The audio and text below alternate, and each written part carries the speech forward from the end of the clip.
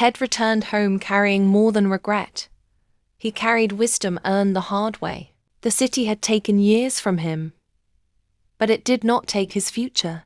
In silence, service, and honest work, he began again, not chasing success, but building something that could last. Chapter 8 begins not with a miracle, but with steady hands, patient days, and a life rebuilt from the ground up.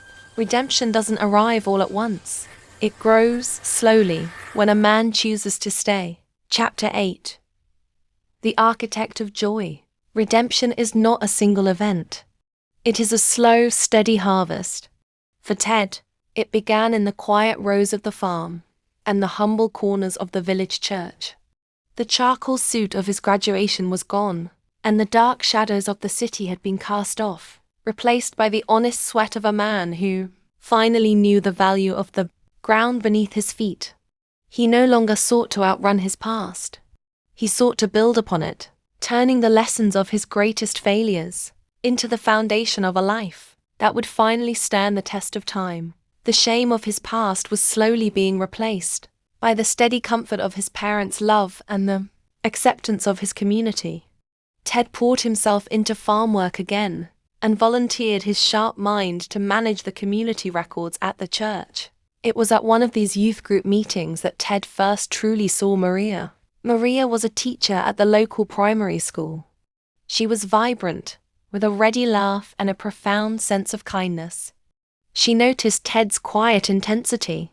They began to talk about the simple, fundamental things: education, the beauty of the village, and the challenge of raising kind children.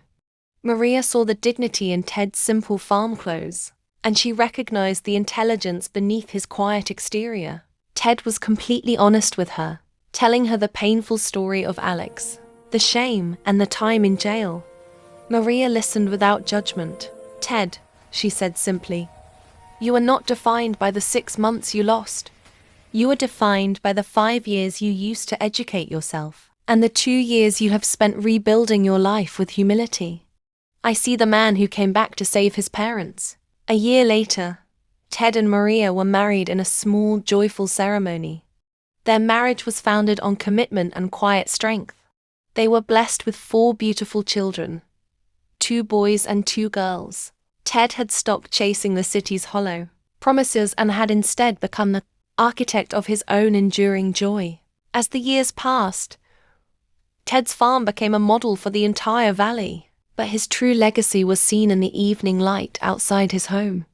He would sit on the porch, his children playing in the grass, and look toward the gnarled oak tree, where his journey had nearly ended so many years ago. He realized then that the circle was finally full. The boy who was saved by a dog's love had become a man who saved a community's future. He had learned that while the road may take us on long, painful detours, it always leads back to the truth. That loyalty, sacrifice, and the courage to start over are the only harvests that truly matter. Ted closed his eyes, hearing the echoes of a distant, joyful bark in the wind, and smiled. He was home. He was whole.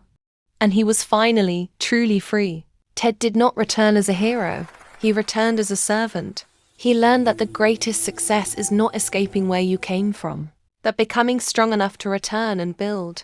The road took him through loss, shame, and detours he never planned.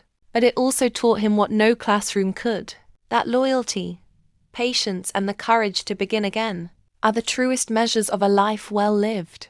The boy who was saved by love became a man who gave it back. The circle was never about leaving. It was always about coming home, whole,